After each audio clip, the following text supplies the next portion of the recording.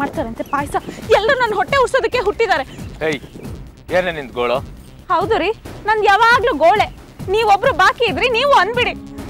ಈ ಮನೇಲಿ ನಂಗೊಂಚೂರು ಜಾಗನೇ ಇಲ್ಲ. ದೇವ್ರೆ, ನನ್ನನ್ನು ಯಾಕೆ ಈ ನರ್ಕಕ್ಕೆ ತಳ್ದೆ?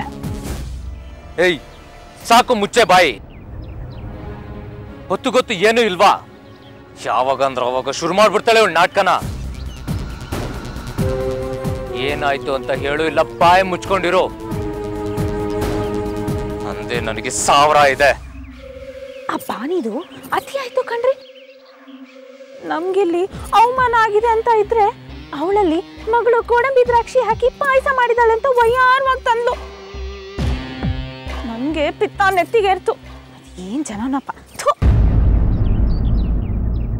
ಈಗ ಬೇರೆ ಅಬ್ಬೆ ಅವ್ರ ಕಡೆ ಆಗೋಗಿದ್ದಾರೆ.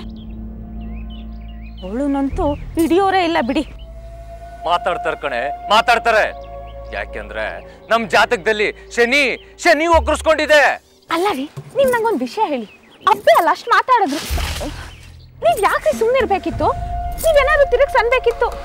ನಾನೇನಾದ್ರೂ ಮಾತಾಡಿದ್ರೆ ನಾನೇ ದಡ್ಡಿ ಅಂತ ನನ್ನ ಬಾಯಿ ಮುಚ್ಚಿಸ್ಬಿಡ್ತಾರೆ. ನೀವು ಸುಮ್ಮನೆ ಇರಬಾರ್ದಿತ್ತು ರೀ, ನೀವೇನಾದ್ರು ಮಾತಾಡ್ಬೇಕಿತ್ತು. ಸುಮ್ಮನೆ ಇರೋ ಹಾಗೆ ಆಗಿದೆ ಕಣೆ.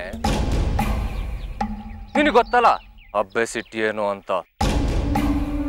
ಈಗ ಅವ್ರ ಕಿವಿ ಕೇಳಿಸ್ತಾ ಇರೋದು ಅತ್ತಿಗೆ ಮಾತು ಮಾತ್ರ.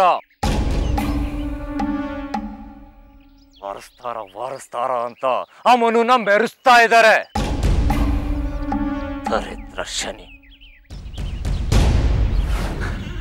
ಇರ್ಲಿ ಇರ್ಲಿ, ನಮಗೂ ಒಂದು ಕಾಲ ಬರುತ್ತೆ. ಬರ್ಲಿಲ್ಲ ಅಂದ್ರೆ ಕಾಲಿಗೆ ಹಗ್ಗ ಕಟ್ಟಿ ಎಳ್ತಂದು ಮೂಲೆಯಲ್ಲಿ ಮಲಗಿಸ್ತೀನಿ. ಈ ಆದಿತ್ಯ ಸಿಂಹ ಮನಸ್ಸು ಮಾಡಿದ್ರೆ ಏನ್ ಬೇಕಾದ್ರೂ ಮಾಡ್ತಾನೆ ಅನ್ನೋದನ್ನ ಮಾಡಿ ತೋರಿಸ್ತೀನಿ.